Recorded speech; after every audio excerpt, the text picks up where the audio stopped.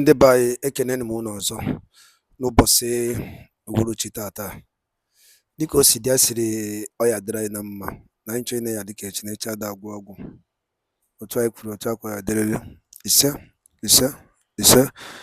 Dịka o si dị, dịka anyị si kwuo unu nkwa n'oge gara aga, anyị ga na-agba mbọ na-eti elu na ya bụ gbasịta maka ka obodo si wee kwụrụ na gbasịta maka ihe na-eme n'obodo anyị bụ Old Eastern Region. Unu anyị n'iru akwụkwọ n'ụbọchị nketa onye na-afọ ebe Chief Dan Ransi o nwere ife o kwuru n'iru akwụkwọ a butere attention m ji si mba na mmeti elu na ya bụ ife dịka anyị si kwuo unu nkwa ka ụmụ ife ka unu gee ya. Nke dịka ịbịa bụ ga-esi ebife okwu maka ebe ọrụtagasị aka buru ibu ma ọ bụ na ndị ga-anụkwa n'ife ga-anụ ma ọ bụkwa na ndị a gwara ga-aghọta ife a gwara fa ịghọtago. Ebe ọrụtasịrị aka buru ezigbo ibu, so mara mma agba nkịtị ka unu gegoro ya bụ ife unu ga-esi ya unu adọrọpụrụ anyị kọmentị unu n'iru akwụkwọ gbasịta maka ife uche n'ihe ndị a niile Chief Dan lọtagasị aka gbasịta maka obodo a and ihe na-eme n'obodo a. All right, over to you, sir.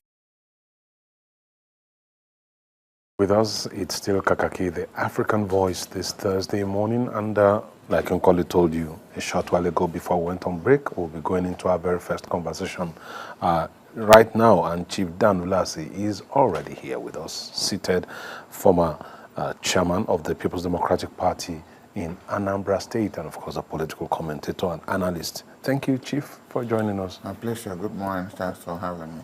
It's good to have you again. Since after the elections and all the issues, we haven't seen you like that. Okay, so let's look at how you, or what you think about what is going on in the country, your general perception of what is happening in the country and how government is handling it. You know, the best way to do an analysis is if it is comparative. How can an analysis be comparative without having a reference? If Kunle did something 5 years ago, and I'm doing the same thing today, so it is easier to say, oh, when Kunle did this, this was how he performed.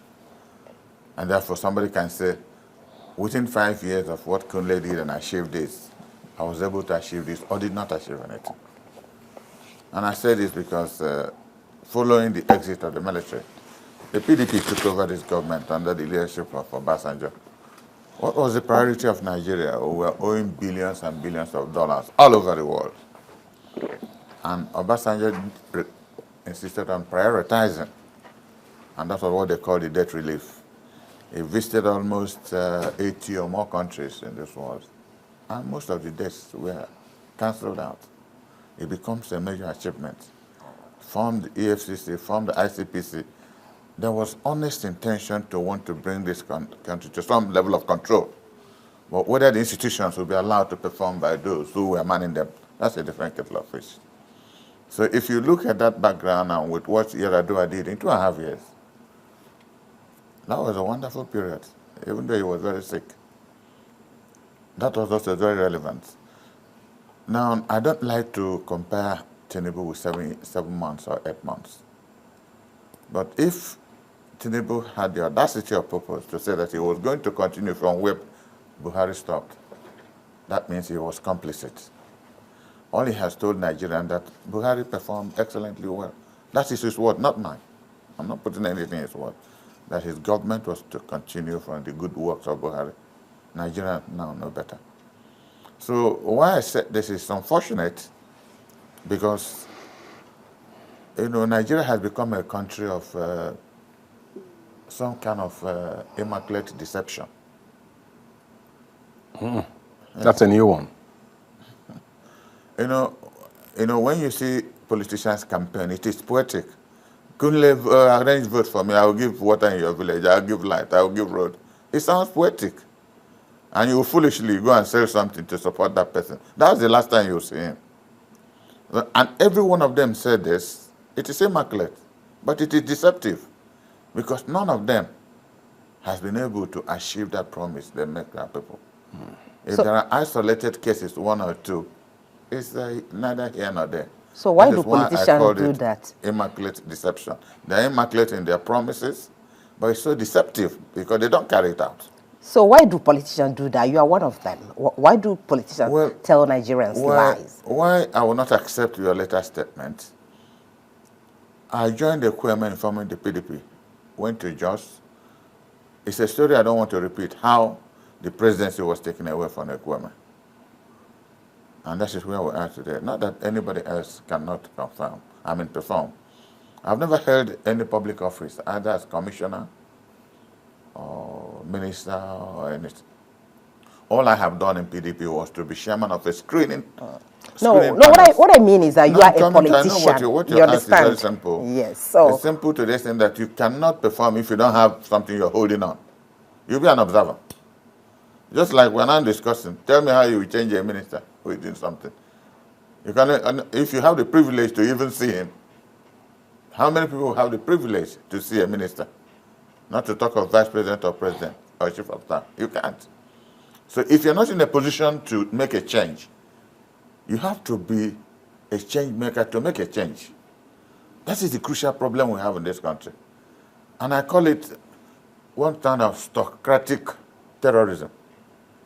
You know, when you develop this kind of institutional politics or situational politics when it is convenient for you, and then you lead it into, when you have a problem, then it becomes what I call stochastic terrorism, where some people or persons are demonized. And once you demonize them, they want to do what you have demonized them for. This is what is spreading all over the country. Have you seen this government, the President of the Federal Republic of Nigeria, on a 1 or 2 hours lecture to the Federal Republic of Nigeria, telling us 8 years of Buhari, this was what he did. These are the shortcomings. This is how I intend to. If you have seen it, please let me know. If I'm wrong, I apologize. That is what leadership is all about. Whether the person is from your party or not. I have not seen it. And this is why they take decisions without initially verifying how those decisions can be implemented. Like the subsidy. The subsidy is a wonderful thing, if the intention was to make life a lot easier for the common person. So if the life of the common person is worse than it was a few years back, then it is crisis. And everybody is now complaining. The tragedy, I was listening to one of your interviewers about 4 days ago, I don't want to call any name, and he was almost calling for a coup, without really mentioning that way. And when you see the Sultan of Sokoto, most emirs, obas, chiefs here and there talking, something is going wrong. And it doesn't appear that the government is interested. If the government is interested, you know, I said the last time I appeared there before I traveled, please, and I know you have it in your listing, go and open the killings in Plateau. It is still, people use it in the churches in the southeast, where a child is at the back of his or her mother. I mean, his mother, I don't know whether it's a boy or a girl, waiting to suck milk. And the mother was dead already. And there are 5 other children lying by the side of their mother, waiting to suck milk, to be given food, and they were all dead. And my president was at Owerri doing inauguration of a state election. It shows you the priority we attach to human life, to seriousness of purpose, to governance. There's no magic about governance. That if you pass a road and it is bad, and Kunle, you say, oh, because I'm commissioner for this, if we cannot do 3 roads at the same time, why don't we start with 1? Why don't we start with 1? If you have, there was a time I was proposing, you know, isolated priorities. Water, light, it depends on what you mean by light now, general energy. If you make me president of Nigeria today, my first 4 years, I'll use at least 2 or 3 years to give water. You see, the main principle of survival. Isn't that a shame that in 774 local governments, including your own, including my own, you can go there and see a tap water unless a privately dug borehole running. So that's why I use the word, you know, Chief, some kind of deception. I recall growing up that the taps ran Yes. everywhere, in my house, across the street, and all of that. And it's not just infrastructure that has deteriorated. The food security is gone. There are protests across the country now. There were protests in Ibadan, I think, on About Monday. 5 days ago. About 4 or 5 days ago. Protests in Kano, protests in Mina, everywhere. But these protests haven't spread to the southeast. Why do you think that has not happened in the southeast? I will only give an answer once. I don't know whether you had come back to work when either Nkoli or Adora did ask this question. And I said, the southeast is already occupied. How do you want to protest to what? Every inch of the southeast is occupied by the military and the police. And nobody wants to die. Every inch. And in recent times, the herdsmen have taken over all the bushes. So it will be a fool, like Dr. Nnamdi Azikiwe says, it's only a fool who sees a soldier carrying a gun and you ask him, what can you do? You will end up in the mortuary. Unfortunately, you will not know what he has done because you are no more alive. So that is the answer I will give you to. I don't know what the Ohanese person is talking. They're talking rubbish. Our people are very energetic people that if they have a purpose to protest, they will protest. But there's no basis for it anymore. They are handicapped. And comparatively speaking, they are better than most people in other parts of the country. Because there are a couple of things people in the Southeast do for sustenance of life. And they do it on their own. You know, somebody brings up a container. And if I'm the one who has brought in a container, I'll give you some. Give her some, give all that. You sell and you bring back my main money and take your little profit until you're able to develop the area where you can import your own. You don't see it happen in most parts of the country. We have so much love. And that love, just not because of the Civil War, it's a followership of M.I. Okpara. If you had good leaders, all good leaders have good followership. But unfortunately, in recent times, we don't have good leaders in the Southeast anymore. Unfortunately, we don't have good leaders. So individuals are trying on their own to make do with what they have and sustain their families. And the last thing you will advise them to do is to go and demonstrate. And they will tell you, you must be a fool. Because every inch of the Southeast, you see 10, 20, 50 soldiers at checkpoints. But what is exciting also about this occupation is that these same soldiers tell you that they don't know that these are the Igbos, contrary to the instructions they were given. Because they are overwhelmed with bread and water and a lot of things people are giving them on the road. They will tell you. For me personally, there's no place I pass, there are policemen and soldiers. I don't give them at least 1,000. I don't. For me, it is mandatory. And they will look at you.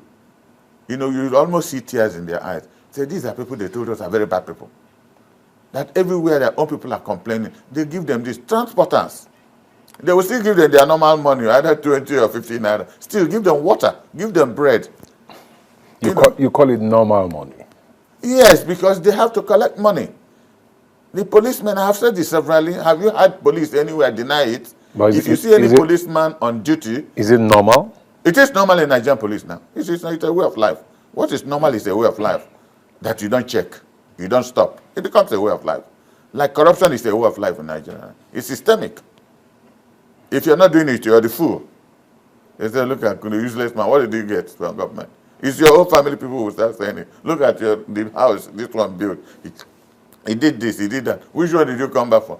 And you see yourself being pushed into corruption. You see yourself being pushed into very negative thinking. But if you're a child of God, and you know that man does not depend on bread alone, but from every pronouncement from the word of God, you find out that food alone does not cure anything. Nigerians have not recognized it, that all we are passing through is vanity. And yet it doesn't mean anything to them. All right, Chief, this protest hasn't gotten to the southeast yet, and the hope is that it shouldn't, because from the way it is going, it may likely even get to the 36 states of this region if unchecked. But let me ask you what you think about the narrative coming from the government, or those in government quarters who think that some of these protests, even though it's about hunger and poverty and starvation, that they are being sponsored probably by those who lost the election in 2023. Well, if you remember some years back, I think it was another Jonathan, that fuel prices were increased. both Buhari and his group, they all claimed publicly, organized protests against the increase. They didn't deny it. So for anything that happens in Nigeria that affects the common man, it will be an insensitive government that will be talking of somebody sponsoring it. You're talking about food, hunger and starvation, poverty. So, I mean, happening in Kano, happened in Niger State, now in Ibadan, nobody knows where it's going to lead to next. And they're all saying the same thing. The women, you could see them live. When you see a woman, a market woman talking, you think somebody had put mouth into it. He's telling you that what he's selling, if she does this, she can't buy this. If she does the other one, she can't do this. This is she relating life experiences on a day-to-day basis. And the only thing government can do is to accuse people of sponsoring them and arrest some of them. Isn't that an act of wickedness? That is not governance. That is not human nature. You must have some human touch, some level of empathy that you swore on oath to protect life and property. That is what they swore. Whether they believe in what they were swearing, only God knows. Because I used to say that every day, someday, every man in all forms of leadership, either as a husband, as a wife, you must sit down at a banquet of God to face the consequences of the actions you did or the ones you failed to do. That is what Christians call judgment. Muslims call it judgment. You must be accountable for what you did. So when you look at people moving vehicles, look at the National Assembly, for instance. Can you believe that we should tighten belts when somebody is buying a vehicle of 160 million? I don't know whether they have bought it, and they have not denied they haven't bought. But if indeed each person in the House of Reps buys a vehicle of 160 million naira, and they are telling you and I to tighten our belt, the belt is not strong enough to tighten it anyway. Do you even have belt anymore? They don't even have belts to tighten. This is why women are demonstrating. Because social media has become so informative that you don't need to call your mother in the village to tell her. She will probably know before you. Because now that you're here, there are things you might not that is going on in the social. Your mother will know. Your sister will know. By the time you leave here, they will call your brother. Have you seen what they are saying? Go to this platform and you see what they are saying. Nigerians now are aware of the excesses of those in governance. That is the underlying word. They are aware of the excesses of those in governance. So the level of cynicism and brutality has gone to a different new height. Because once you start to believe, some kind of theories that you cannot really explain, then it might lead you to some level of evil doing. Somebody tells you a cock and bull story. But today now, it's no more cock and bull story. When they tell you somebody stays in the National Assembly, after 2 years, he has about 3 ships. And in your environment where he comes, you know he's building a house. You can't hide building a house. Because if the person comes from your local government, you know he's building a house. He's buying land here and there. He's moving with security people. Even chairman of local government move with 2, 3 mobile police. So when you add the number of mobile police people following legislators and people in government, who are going to fight Boko Haram and bandits? You see why the Boko Haram case is escalating? Because most of the people who are also being sympathetic, let me not start supporting them, who are in the police, in the security agencies. Have you seen a big man arrive at a function? You won't believe this is Nigerian police. They are so well dressed, so well fed, that you want to be a policeman. Apart from their salary, some of them are paid 3,000-4,000 naira a day. Some people have them 10, 15. So when you check the number of our legislators across this country, the number of businessmen who offer nothing, they don't even have industries, but because of their own personal protective tendencies, the police will tell you what to write. That Kunle is wanting to kill you. They might not put your son name. One Kunle, they put name that he wants to do this, destroy your factory. You don't have a factory. It's still the Nigerian police that developed this, and they pay hellish of money. These are weighty allegations. Yes. No, but I'm telling you what happens. It's not an allegation. I have gone to get police during the 2023 election with the commissioner of police in Enugu. He couldn't even see me because he said, I cannot bring out money.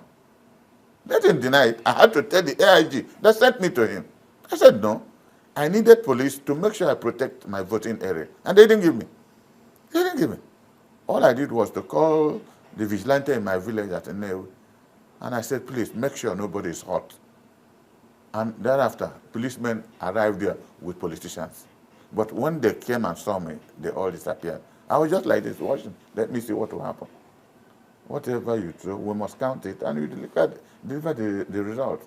So what I'm saying is that when I opened up with saying that we have, this immaculate deception, everything about Nigeria looks so beautiful. When you watch somebody talking on television, you don't know it's a bundle of dishonesty. Bundle of dishonesty, bordering on hatred. That you will give water, you give, and you know you will not do it. You share the money, and millions of Nigerians die as a result of your inaction. Because if you did that road, there will be not, accidents at least will be reduced, if nothing else.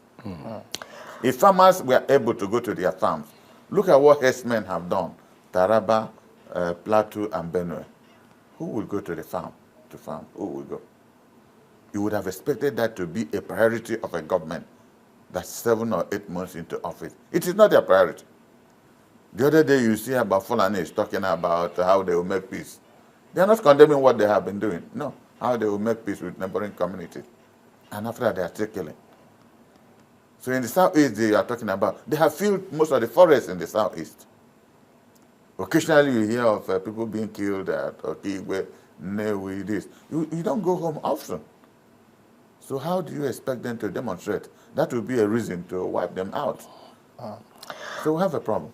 All right, so let's look at how government is handling this. You have drawn a comparison, or should I say a link between hardship and insecurity, and let's look at how government is handling it. On the pages of papers today, even though there have been talks against the cash transfer and all that, the government is also saying that it is set to begin cash transfer to about 50 million people as a strategy to also douse the tension. It's also asking that there should be release of grains from, the reserves and all of that. So let's look at how government is handling all of this. What do you think, as a politician as well, if you have someone in government who you want to advise on what to do, particularly at the state level, because that's where the issue is now. The allocation has increased for them after removal of fuel subsidy, but people don't seem to see anything happening in those regions. I don't know how old, if you were born in early 70s.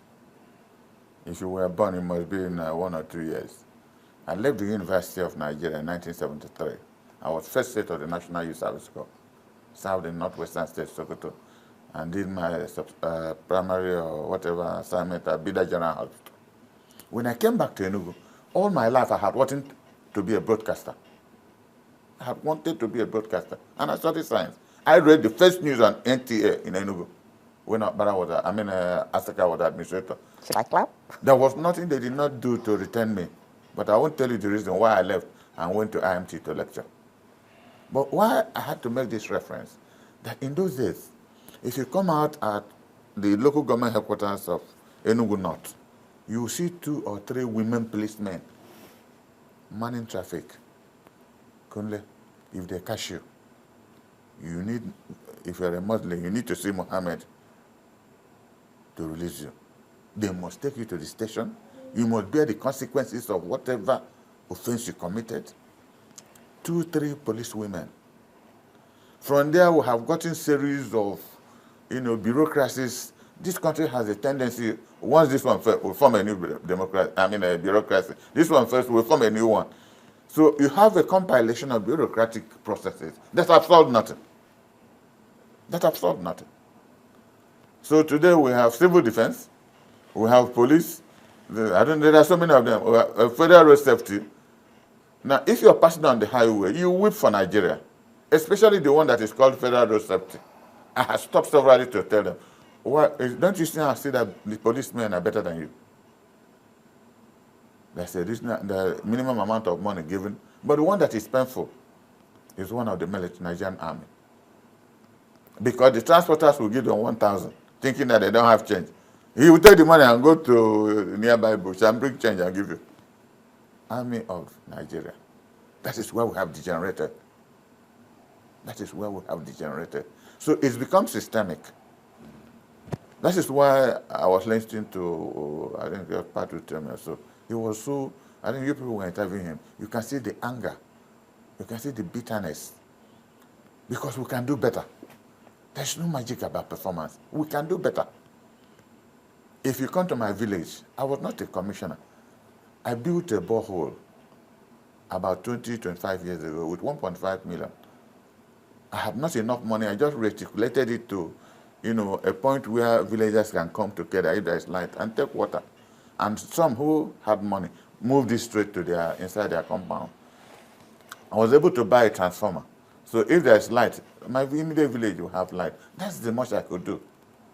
If everybody, especially those in government, they should have taken pride. Don't you think that if you're coming to your village and your people are drinking water, they have light, you'll be the happiest man? I don't know how people think. A village where you grew up, at this age, they are still moving 2-3 kilometers to fetch water. Would you call yourself a success if you're a commissioner or a governor?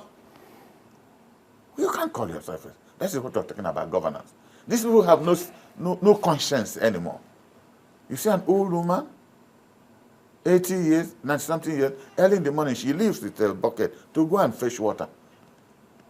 Because probably she has no other person. Her children have all gone somewhere looking for one thing or the other to do. So what I'm saying is that we have to have a reversal, a thinking reversal, a process, or some form of Nigerianization.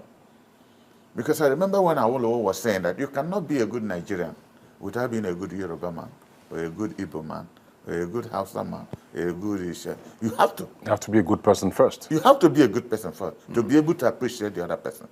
Okay. When people were complaining about Igbos did this, I said, I think there was a time some elements, Arewa said, gave Igbos some 3 months to leave the North. On this platform, I gave them the history of what Igbos, with no apologies to anybody, what Igbos have done to other tribes in this country. And I used the case of Ahmadu Bello. That in 1937, he ran for the Sultanate against the grandfather of the present Sultan. And they asked him not to run. And he insisted and ran. And he lost. And they charged him at Guzo Magistrate Court for not paying tax, just a way to punish him. Whether they were serious in sending him to jail, but I think he knew they were serious. So he ran to 2 Igbos, who were his closest friends in Guzo. Those 2 Igbos came to Kano. As young as my father was then, he hadn't married. Okonkwo Kano, if you must be hearing of Okonkwo Kano in those days, Moneke. 8 Igbos organized and raised £2 in 1937. Went to Lagos, hired a lawyer, went to Anisha, hired one Ebuna, and they came to Magistrate Court to release, discharge Ahmadu Bello. That was the beginning of NCNC-NPC alliance. People did not know what love that brought Nnamdi Azikiwe and Ahmadu Bello together because of that singular act. People did it. Igbos built a secondary school early 50s, even before the government of Northern Nigeria started building their own. There was love. Is that love anymore here? Buhari gave a treadmill of rage and hatred in 8 years, and nobody's asking him question. If you make me the president of this country today, first act on government, he will be at Kuje prison. I will put him in Kuje prison. He has taken Nigeria 20 years back. What will you be trying him for? Oh, a lot of things. His government is the most corrupt that ever passed through this country. You people were reading your news about a minister or humanitarian something, how they were signing money. That is the one they tell us. There are so many. You were talking about one Sirika or whatever, who ate the money that was supposed to be used to do something in Katsina, his home state, president's home state. Did he open his mouth? These are the ones they allowed us to know. If somebody can pass away with 100 and something billion naira, we're talking of a former accountant general or something, these are the ones you and I are able to know. How about the ones you don't know? That is why there will be no water. There will be no lights. What is the new Enugu governor? I think he might, in the next couple of months, be one of the best governors in this country. Do you know what was happening in Enugu State? Contractors connive with people in water board and use cement to block water pipe, distribution pipes. So water will never run because tankers are distributing and selling water all over the place. You cannot believe it. You cannot believe it. They use cement and block laid pipes. In the past 6 months, what the governor had done, he used his money to import pipes even before he was sworn in. And they removed all the pipes. You see, they show it on television. You see where they use cement to block pipes so that water cannot pass through. He's now relaying pipes all over Enugu. And water is already running in some strategic areas in Enugu. Can you believe this will happen in 21st century in Igbo land? You don't also know what the problem, whether there are like problems in other parts of this country. That is why I tell you that it is, something of immaculate conception. It's immaculate, but so dishonest that it has nothing to do with Christianity or Islamic faith that gave you principles of hard work, charity, being nice to people. How can you dig a borehole in your village? You can't even put one where people can come to take water if there is light. I'm not saying you must buy gas. You can't buy gas. Now, gas is terrible. I used to buy, 150 liters of gas, and it will last for 3 weeks for me. Now, I have bought 150 liters of gas every 4 days now for 192,000. 1,250 naira a liter. That is what is being sold in Enugu. As diesel? Diesel. How many people can afford that? How many people can afford that? And it doesn't mean anything to government. So sometimes when I put light in my compound, I feel worried. I feel worried that people will say... And people are staying in darkness around you, yes. And then you're the only one that light is going on in your place. Mm. So what I'm saying, therefore, is there has to be a systemic discussion in this country, whether we want to be or not to be. Because I was asking somebody who knew Gowon. I said, thank God that Gowon, you're still alive. He made 2 statements in 1966. The first statement was that there was no basis for Nigerian unity. You were not born then.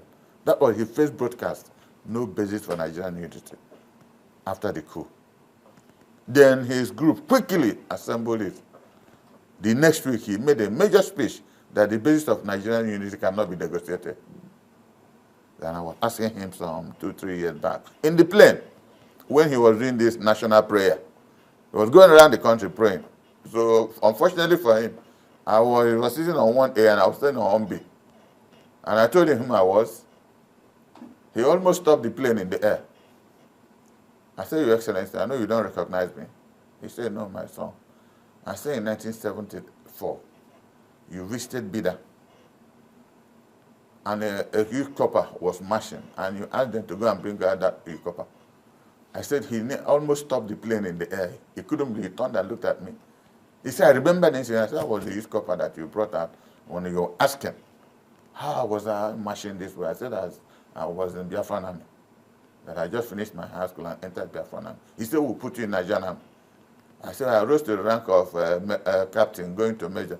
He said, we'll give you a lieutenant. I said, no, you must give me my Biafran captain if you want me to remain in Nigeria. Since then I haven't sent him. But what I'm saying that the pronouncements he made were also part of Nigerian problem. He went to Jamaica and told them that our problem was not money, but what to do with money. That was what he wanted as head of state. And that was part of why his group overthrew him. That we had so much money, we didn't know what to do with it. All right. We will have to leave this discussion here, but thankfully, Gowon has gone to see the president, and after the meeting, he's telling Nigerians to be patient with the president. That is way too early to, pass a vote of no confidence on the administration. But we'll keep watching and see what happens. When I started, time is totally open. When I started, I said, 8 months. I will not be part of those to condemn Tinubu. No, 8 months is too early. But the only way you can say from the antecedents he's coming from, if he's able to close his eyes on the man who ruined Nigeria called Muhammad Buhari, then he has a problem. All right. All right. Chief Ulsi, we have to leave it at that. Thank you very much for coming to talk to us this morning. It's my pleasure always. Thanks. All right, I will leave Chief Ulsi now, and then we'll take a quick break. And when we come back, we'll be linking you up with the social media segment on Kakaki, the African Voice.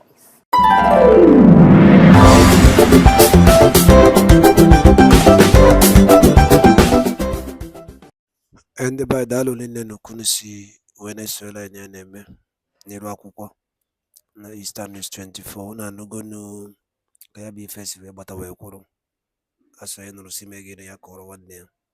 Unu fụ na Biafran Prime Minister kọwara ihe niile dịka o si wee dị, dịka ige ya bụ ife a, ama m na igere ya, gịnị ka ị nwere ike ikwu gbasịta maka ihe ndị a niile ọ rụtagasị aka dị iche iche n'elu akwụkwọ, gbasịta maka some questions a na-ajụ ya, and gbasịta maka ka o si wee zakwa anya ya, kọwasịara ndị mmadụ na Maazị Nnamdi Kanu ka bụ leader of indigenous people of Biafra.